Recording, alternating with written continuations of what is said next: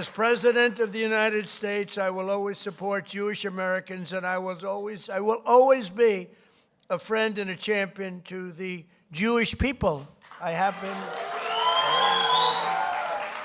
And I will say, if you go back 10, 12, 15 years ago at the most, the strongest lobby in Washington was the Jewish lobby. It was Israel. That's no longer true. You have to be very careful. You have a Congress in particular which is becoming anti-Semitic. You have AOC +3. You have those people, Ilhan Omar, she hates Jewish people.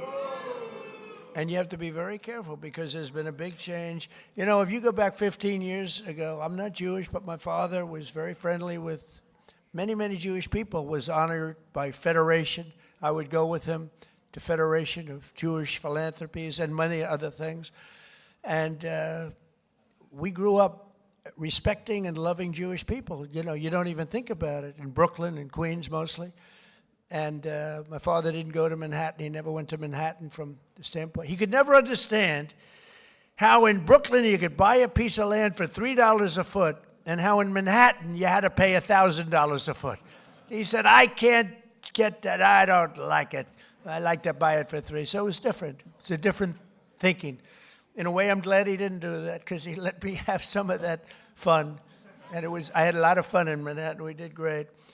But my father would tell me the most powerful lobby that there is in this country is the Jewish lobby. It's the Israeli lobby. It's not that way anymore. You have a lot of people in your way. You have a lot of people that don't want to help Israel. You have a lot of people in Congress that don't like Israel. You have a lot of people in Congress that, in a way, I think, Mike, we could say it, right? You're there. You're doing an amazing job, Mike Lawler. They hate Israel. They hate Israel. And if you would have told me 15 years ago that that was possible, Jason, I would have said, there's no way. There's no way that's possible. But it's happening.